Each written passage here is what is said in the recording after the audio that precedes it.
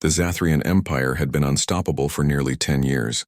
and their military forces had conquered 47 different star systems without breaking a sweat, and the method they used was always the same and always effective because they would send small scout ships first to study whatever species lived in a system,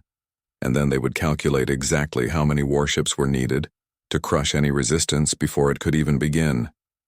And this approach had never failed them before, and Commander Vexthor saw no reason why it would fail now as he led his 3-ship reconnaissance fleet toward a yellow star that their scientists had labeled as unremarkable in every possible way.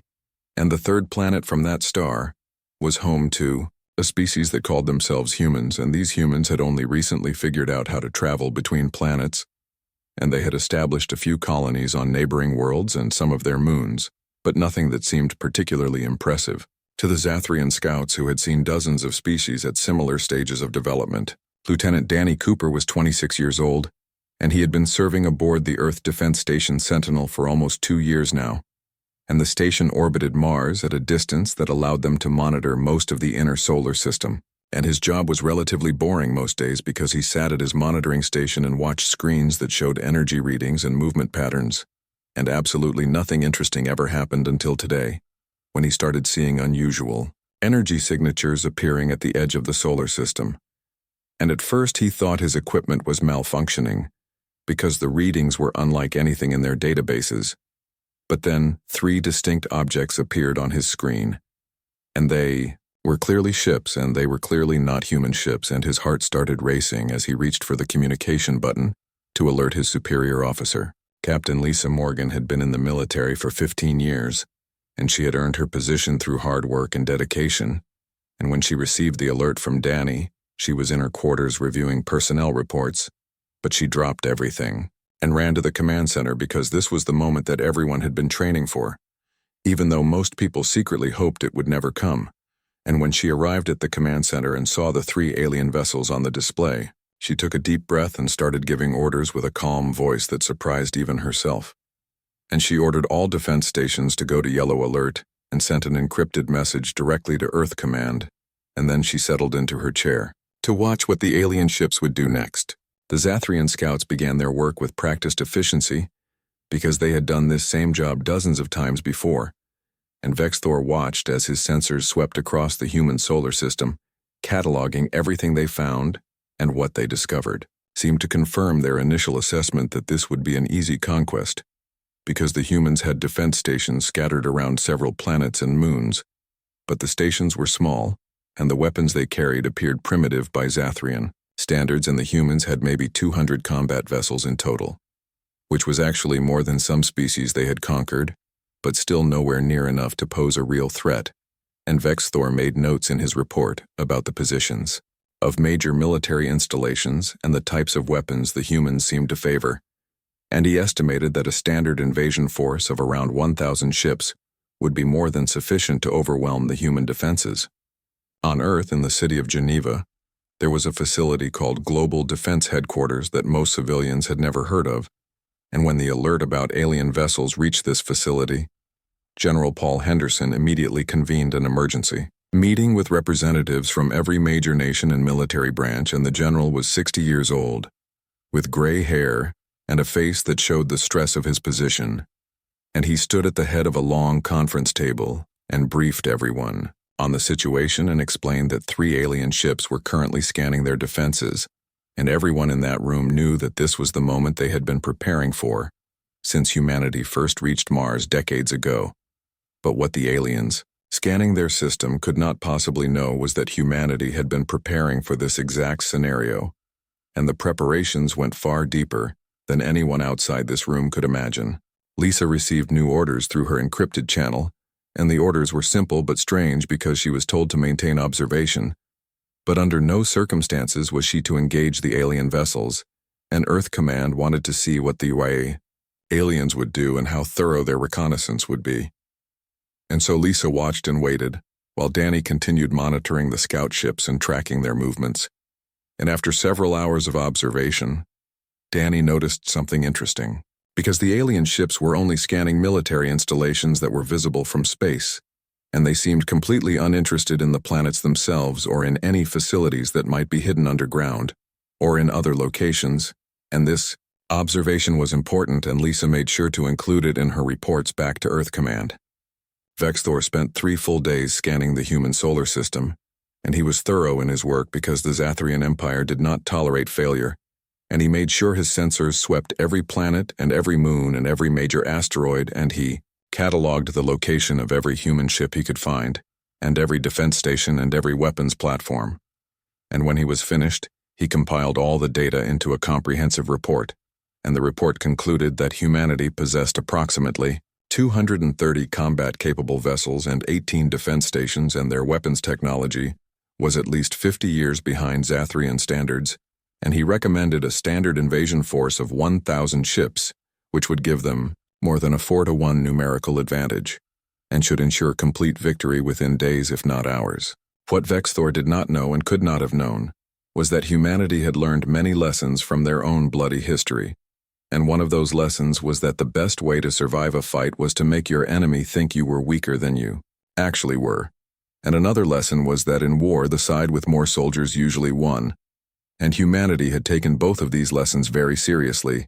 and the visible fleet of 230 ships that Vexthor had counted so carefully was designed specifically to be counted,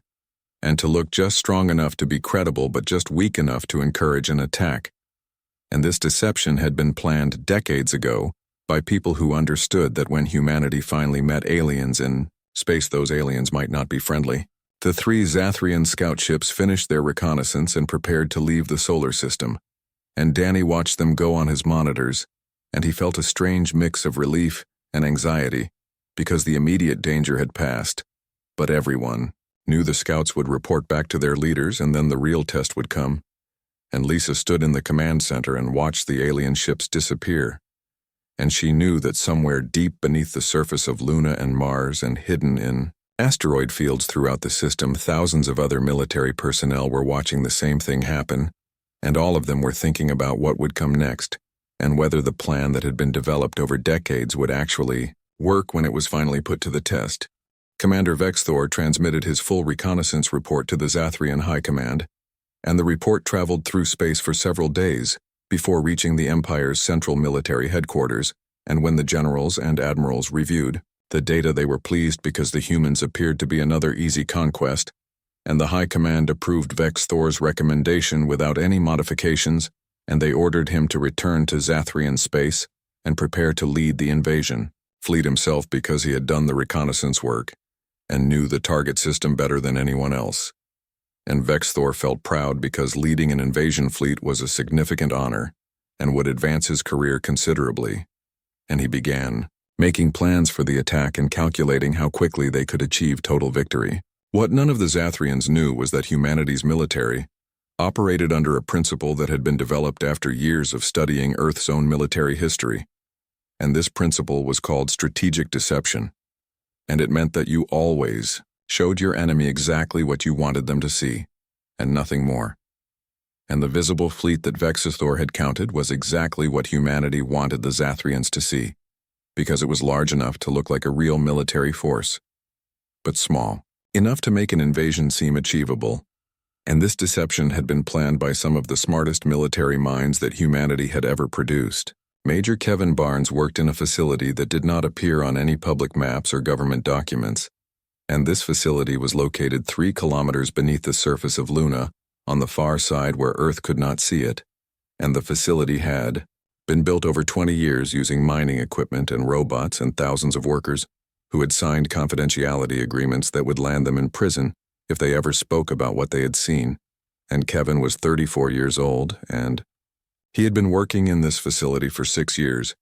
and he had never told his family or friends where he actually worked,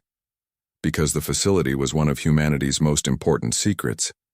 And inside this facility were shipyards that had been building warships continuously for 2 decades. Admiral Susan Clark was 62 years old,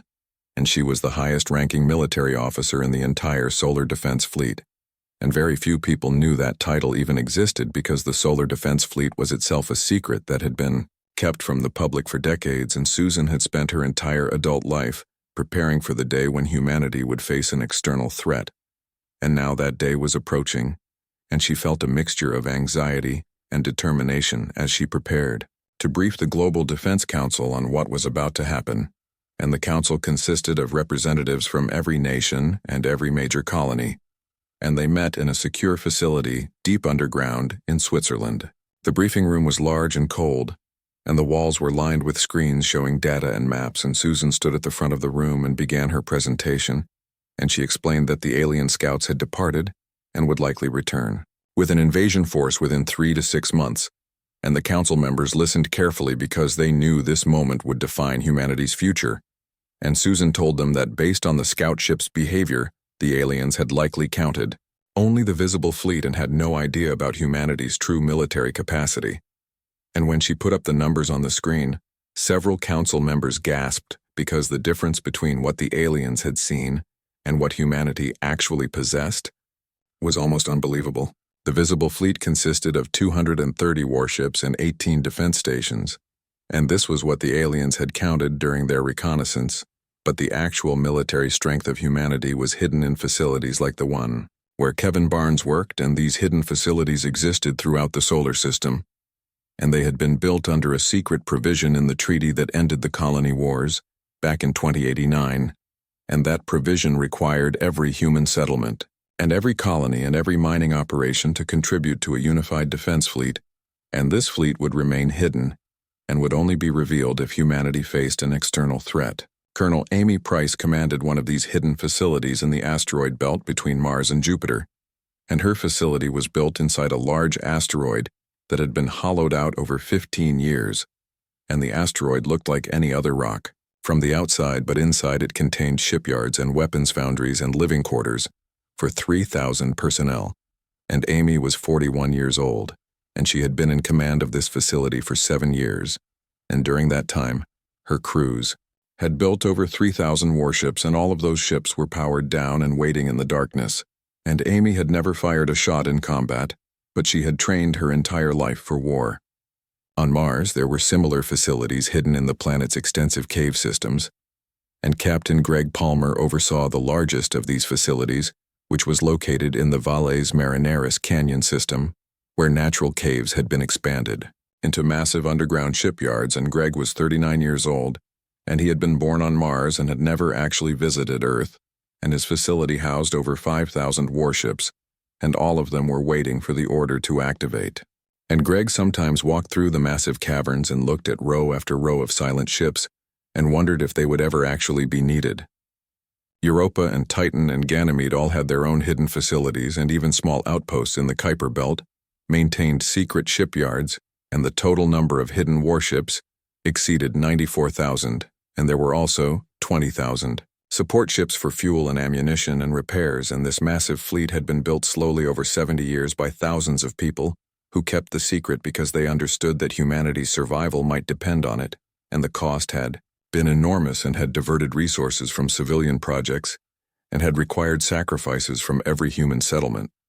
But the alternative was to be unprepared when hostile aliens finally arrived. Lisa Morgan was cleared to receive the full classified briefing about humanity's hidden fleet, and when she saw the numbers, she had to sit down, because the scale was almost impossible to comprehend, and she had known that Earth had secrets, but she had never imagined anything like this. And the briefing explained that the visible fleet was deliberately designed to be counted and to look vulnerable, and the hidden fleet was humanity's real defense. And Lisa realized that her station and her ships were essentially bait designed to make enemies think humanity was weak. Danny Cooper was not cleared for the full briefing,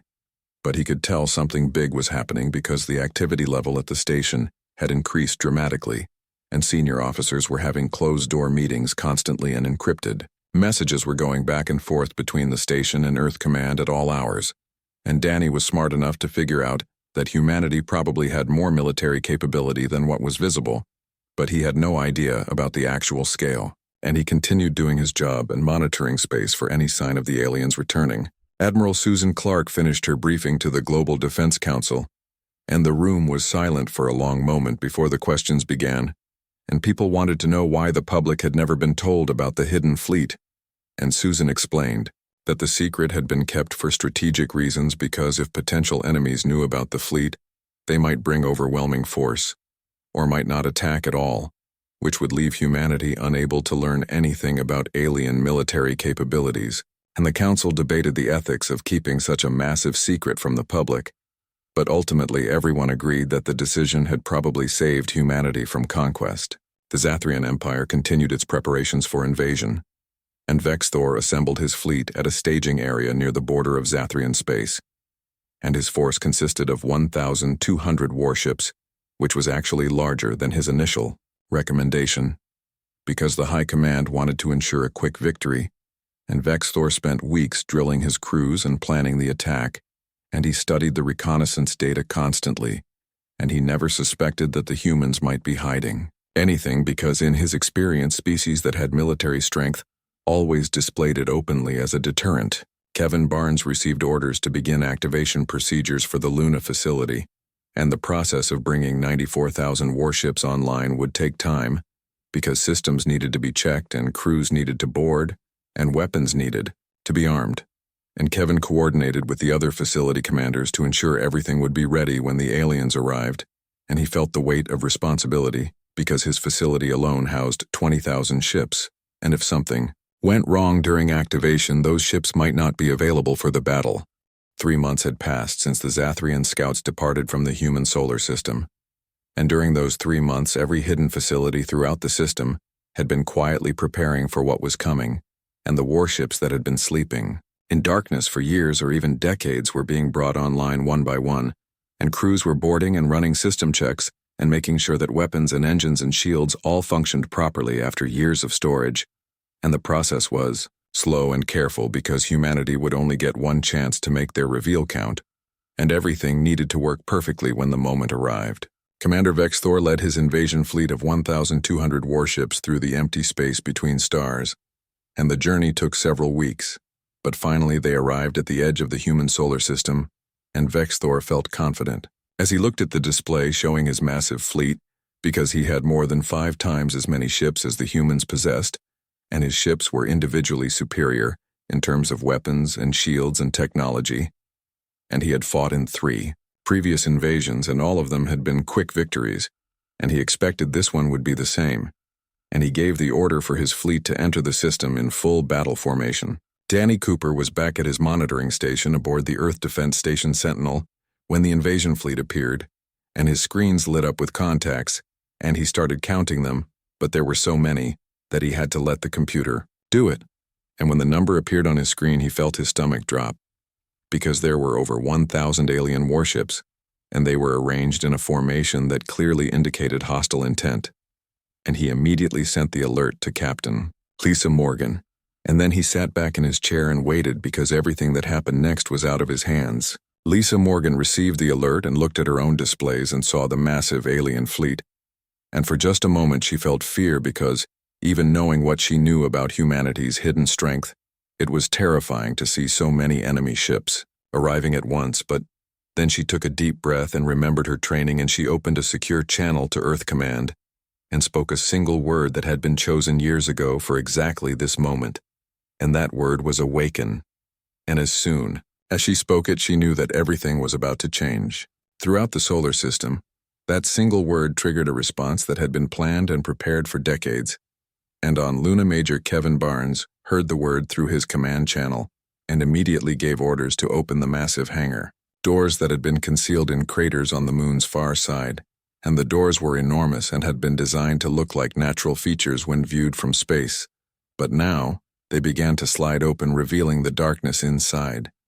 And then lights began to appear in that darkness as 20,000 warships powered up their engines and started moving out of the hangars and into space. On Mars, Captain Greg Palmer heard the same word and gave similar orders, and throughout the Valles, Marineris Canyon system, hidden doors opened in cliff faces, and warships began emerging from caves that had concealed them for years, and there were over 5,000 ships in the Mars fleet, and they moved into formation with practiced precision because their crews had drilled for this moment countless times, and Greg watched them go and felt pride because his people had kept this secret and maintained these ships, and now they were finally going to show the galaxy what humanity could do. In the asteroid belt,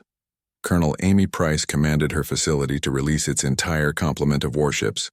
and the asteroid that housed her base split open along seams that had been carefully cut years ago, and 3,000 ships emerged from inside the rock and began accelerating toward the inner system. And Amy knew that 16 other facilities throughout the belt were doing the same thing, and that meant another 40,000 ships were joining the fight from the belt alone. The moons of Jupiter and Saturn and Uranus all released their own hidden fleets, and even small outposts in the distant Kuiper belt contributed what they could, and Earth itself released ships that had been hidden in the deepest parts of the oceans, in submarines that had been converted into spacecraft decades ago. And this program had been so secret that even most governments did not know it existed. But now those ships rose from the oceans and joined the growing armada. Commander Vexthor watched his tactical display in growing horror as it began showing more and more contacts, and at first he thought there was a malfunction because the numbers did not make sense, but then his sensors officer confirmed that the contacts were real and they were all human warships and they were appearing from everywhere, and Vexthor tried to count them. But they kept coming, and his display showed hundreds, and then thousands, and then tens of thousands, and he realized with a sick feeling that he had made a terrible mistake. Admiral Susan Clark was aboard the command ship Earth's Shield, and she broadcast a message on all frequencies using the Zathrian language, and the message had been written years ago by linguists and diplomats who had tried to imagine what they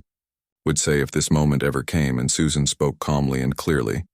as she told the Zathrians that they had come to conquer humanity, but they had only seen what humanity wanted them to see, and she explained that humans had spent their entire history fighting each other and had learned hard lessons about war and deception, and she told them that the visible fleet they had counted was just bait, and the real fleet had been hidden and waiting. The Zathrian fleet found itself surrounded as human vessels appeared from every direction, and they came from behind asteroids, and from the far sides of moons, and from powered-down orbits around the sun, where they had been waiting in the cold. And Dark and Kevin Barnes coordinated the Luna fleet as it moved into position, and 20,000 ships formed a wall between the Zathrians and Earth, and Amy Price led the belt forces which swarmed around the flanks of the alien fleet like angry bees, and Greg Palmer's Mars fleet moved to cut off any retreat back toward the edge of the system. Vexthor tried to count the human ships, but his computer kept revising the number upward, and it went from 10,000 to 20,000 to 50,000 to 70,000, and still more ships kept appearing, and finally the computer gave him a number that seemed impossible, and it said there were approximately 94,000 human warships now surrounding his fleet, and Vexthor knew that he had led his people into a trap, and there was no way out. The Zathrian commander tried to fight because surrender was not part of his training, and he ordered his fleet to attack, and the Zathrian ships were individually superior to most human vessels because their weapons hit harder and their shields were stronger, and in a one-on-one fight a Zathrian ship would usually win. But this was not a one-on-one fight, and for every Zathrian ship there were almost 80 human ships, and the mathematics of that situation were inescapable. Lisa Morgan watched from her station as the battle began, and human ships swarmed the Zathrian fleet from all sides, and the aliens fought well and destroyed hundreds of human vessels. But for every human ship that fell, there were dozens more to take its place, and the Zathrians could not possibly destroy them all. And the battle lasted less than 4 hours before Vexthor finally accepted that he had lost and transmitted a surrender signal. Danny Cooper watched the entire battle unfold on his monitors, and he saw the alien fleet that had seemed so terrifying just hours ago get completely overwhelmed by humanity's hidden armada, and he felt a strange mix of emotions, because he was relieved that humanity had won, but also shocked by the scale of the deception that his own government had maintained. And he realized that the military he thought he knew was just a tiny fraction of something much larger. The Zathrian ships powered down their weapons and hung in space surrounded by human vessels, and Vexthor transmitted his final report back to the Zathrian High Command, and he told them everything he had seen, and he warned them not to attack humanity. Again, because the humans possessed a fleet that exceeded 90,000 warships and probably had more still hidden, and he recommended immediate negotiation rather than revenge because another attack would likely result in total defeat. The Zathrian High Command received Commander Vexthor's final transmission, and at first they refused to believe what he was telling them, because it seemed impossible that the humans could have hidden so many warships, and some of the generals thought Vexthor had simply panicked, or that his sensors had malfunctioned. But then other reports started arriving from the surviving ships in his fleet, and all of them confirmed the same impossible numbers, and the High Command was forced to accept that they had severely underestimated humanity, and that another attack would be suicide. And so they began discussing the possibility of negotiation, even though the Zathrian Empire had never negotiated with a species they had intended to conquer. General Paul Henderson stood in the captured Zathrian flagship, which had been boarded by human marines after the battle, and the ship was massive and impressive with technology that was clearly more advanced than human designs, and Henderson walked through the corridors with a security detail until he reached the command center where Vexthor was being held, and the Zathrian commander was tall and reptilian with scales that shimmered in the light, and large eyes that showed intelligence and currently showed defeat, and Henderson sat down across from Vexthor and asked the question that everyone wanted answered, which was, "How did you not see this coming?" Vexthor looked at the human general and felt genuine confusion, because in his experience species that had military strength displayed it openly as a deterrent, and hiding such a massive fleet made no sense from a strategic standpoint because, if enemies knew about it, they would not attack in the first place. And he said this to Henderson, who smiled grimly and explained that humans had a different philosophy about deterrence, and Henderson told him that humanity had learned from their own history that sometimes you wanted enemies to attack, because that was the only way to truly understand their capabilities and their intentions. Captain Lisa Morgan was present for the negotiations, and she listened as Henderson explained humanity's strategy to the Zathrian officers, and he told them about strategic deception, and how the visible fleet had been designed specifically to be counted and to look just strong enough to be credible but just weak enough to encourage attack. And he explained that humans had studied military history extensively and had learned that hidden reserves often decided the outcome of wars, and that the best way to survive first contact with aliens was to make those aliens underestimate humanity's true strength. Vexthor asked how humanity had managed to build so many ships in secret, and Lisa answered this question, and she explained that the hidden fleet had been built over 70 years, starting after the colony wars when Mars and the Belt had nearly won independence from Earth, and the peace treaty that ended those wars included a secret provision that required every human colony and settlement and mining operation to contribute to a unified defense fleet. And this fleet was built slowly and quietly over decades, and everyone involved had kept the secret because they understood that humanity's survival might depend on it. Admiral Susan Clark arrived at the captured flagship to oversee the formal surrender negotiations, and she was impressed by how well the Zathrians were taking their defeat, considering their empire had never lost a war before. And she sat down with Vexthor and several of his senior officers and began discussing terms. And the first term was simple, which was that the Zathrian Empire would sign a non-aggression pact with humanity and would withdraw all military forces from human space and would not return without permission. Lieutenant Danny Cooper was promoted to commander in recognition of his role in detecting the initial scout ships, and he attended a ceremony where several hundred other officers and crew members also received promotions and medals. And during the ceremony, Admiral Clark gave a speech about how everyone had played a part in humanity's victory. And Danny felt proud, but also strange, because he had not known about the hidden fleet until it appeared, and in some ways, he felt like he had been living a lie for years while working in a military that was much larger than he had realized. Major Kevin Barnes returned to his facility beneath Luna and found that it was no longer quite as secret as it had been, and news of the hidden fleet was spreading throughout human space, even though the government was trying to control the information. And Kevin knew that soon the public would learn about the massive military buildup that had been kept from them for decades, and he wondered how people would react when they learned that so many resources had been diverted to military preparations. The Zathrian High Command debated their options for several days, and the debate was heated because some generals wanted to attempt revenge and argued that the Empire could not afford to show weakness, but other more practical voices pointed out that humanity's fleet outnumbered the entire Zathrian military by a factor of almost 3. And that attacking again would likely result in the destruction of the Empire, and eventually the practical voices won, and the High Command authorized Vexthor to negotiate a formal treaty. Colonel Amy Price began converting her facility in the asteroid belt from a hidden shipyard to an official military base, and the transition was complicated because the base had been designed for secrecy rather than efficiency, and now that it was no longer secret, it needed to be reorganized, and Amy oversaw the process while also dealing with questions from her crew about why they had been kept in the dark about the full scale of humanity's military for so long. And she tried to explain the strategic necessity, but she could tell that some people felt betrayed by the secrecy. Captain Greg Palmer faced similar challenges on Mars, where the hidden facilities in the canyon systems were now being opened to inspection and incorporated into the official military structure. And Greg gave tours to journalists and politicians who wanted to see where the fleet had been hidden, and everyone was amazed by the scale of the underground shipyards, and some people called it the greatest construction project in human history, and others called it a waste of resources, but Greg just focused on his job, which was making sure the transition went smoothly. General Paul Henderson gave a series of interviews to major news organizations and tried to explain the reasoning behind the secret military buildup,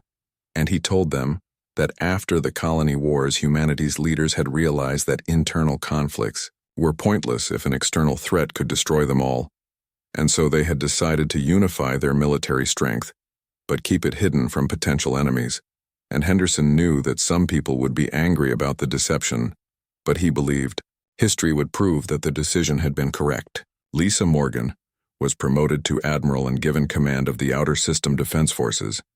which now consisted of thousands of ships that had previously been hidden throughout the belt and the outer planets, and her new job was to integrate these formerly secret forces into a coherent command structure,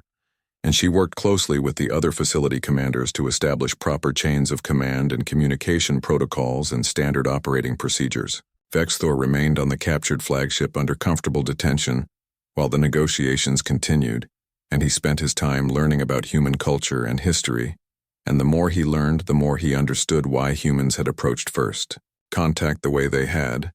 and he read about Earth's world wars and about the Cold War and about the colony wars, and he realized that humans had been fighting large-scale conflicts for their entire history and had developed sophisticated theories about strategy and deception. Admiral Susan Clark addressed the United Nations General Assembly and revealed for the first time the complete truth about humanity's military preparations, and the reaction was mixed as she had expected, and some delegates praised the foresight that had saved humanity from conquest, and others questioned the ethics of maintaining such a massive secret military program and diverting so many resources away from civilian needs.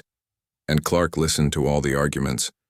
but ultimately, she believed the results spoke for themselves. Danny Cooper was assigned to a new position as a liaison officer, working with captured Zathrian personnel, and his job was to help facilitate communication and cultural exchange, and he spent hours talking with Zathrian crew members and learning about their society and their empire, and he found that despite being enemies, they actually had quite a bit in common, and he developed a friendship with one of the Zathrian junior officers who was fascinated by human military history. The news of humanity's victory and the revelation about the hidden fleet spread through human space rapidly, and reactions varied wildly from pride to anger to shock, and some colonies demanded to know why so much of their economic output had been secretly diverted to military construction, and others said they had suspected something was going on, but had trusted their leaders to do what was necessary,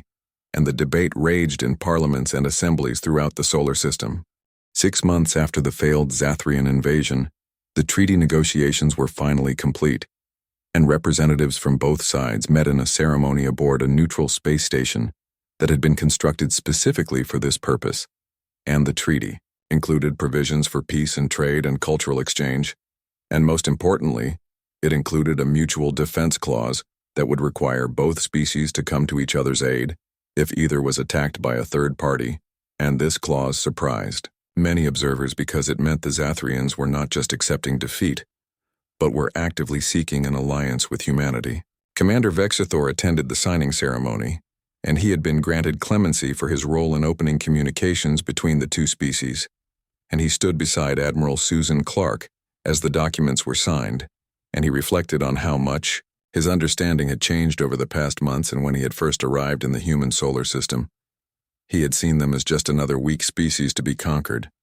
but now he understood that humanity was perhaps the most dangerous military power he had ever encountered, And not because their technology was superior,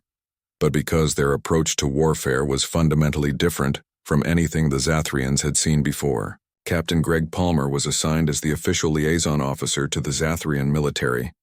and his job was to help them understand how humanity had achieved what they had achieved.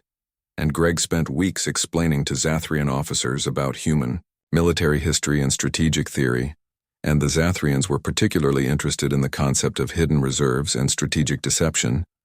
And Greg told them that these ideas went back thousands of years in human warfare, and he gave them examples from ancient Chinese military philosophy, and from European wars and from more recent conflicts. The Zathrians explained that most species in the galaxy followed a similar pattern when they developed space travel, and that pattern involved building colonies and establishing trade routes and creating small defensive fleets that were primarily meant to protect against pirates and raiders, and actual warfare between spacefaring species was relatively rare because most conflicts could be resolved through negotiation or economic pressure, and the Zathrian Empire had been unusual in its aggressive expansion, but even they had never encountered a species with a fleet numbering in the tens of thousands. Admiral Susan Clark gave a presentation to the Galactic Council, which was an organization that humanity had not even known existed until after the treaty was signed, and the council consisted of representatives from 40 different spacefaring species, and Clark explained how humanity had prepared for first contact, and she showed them data about the hidden fleet and the strategic deception that had protected Earth, and the reaction in the council chamber was shocked silence because no one had imagined that a species would dedicate so many resources to military preparation. Several species immediately requested defensive alliances with humanity after Clark's presentation, and they were smaller civilizations that had been worried about potential threats but had not known how to defend themselves, and humanity agreed to several of these alliances but was careful to make clear that they were not interested in building an empire, and that any alliance would be based on mutual respect and shared defense rather than domination. Lisa Morgan commanded the Outer System Fleet, which had grown to include not just human ships but also vessels from 3 allied species that had joined the Mutual Defense Network, and her job was to patrol the outer edges of human space and respond to any threats, and she found the work challenging but rewarding, and she enjoyed working with officers from other species and learning about their different approaches to military organization. Danny Cooper led diplomatic missions to neighboring star systems, and his role was to introduce humanity to new species and explain their history and their capabilities, and he found that most species reacted to humanity with a mixture of respect and caution because the story of the hidden fleet had spread throughout the galaxy, and everyone now knew that humans were not to be underestimated, and Danny tried to present humanity in a positive light while being honest about their military capabilities. Major Kevin Barnes oversaw the transformation of the Luna facility from a secret shipyard into an official naval academy, and the facility was perfect for this purpose because it had extensive training areas and simulation centers and thousands of ships that could be used for exercises. And Kevin helped develop a curriculum that taught not just military tactics, but also the philosophy behind humanity's approach to defense. And students came from throughout human space, and even from allied species to attend the academy. Colonel Amy Price continued overseeing operations in the asteroid belt, but her focus had shifted from building warships to building exploration vessels because humanity was now ready to expand beyond their own solar system, and Amy's facility began producing colony ships and research vessels and commercial freighters, and she found this work more satisfying than military production because it represented hope and growth rather than preparation for war. General Paul Henderson retired from active duty and spent his final years writing a book about the secret military buildup and the reasoning behind it, and his book became required reading at military academies throughout human space because it explained the strategic thinking that had saved humanity from conquest, and Henderson argued that the decision to hide the fleet had been morally justified because it had prevented a war that would have killed millions and had instead resulted in a quick victory with relatively few casualties. Captain Greg Palmer continued working with the Zathrians, and over time, he developed genuine friendships with several Zathrian officers,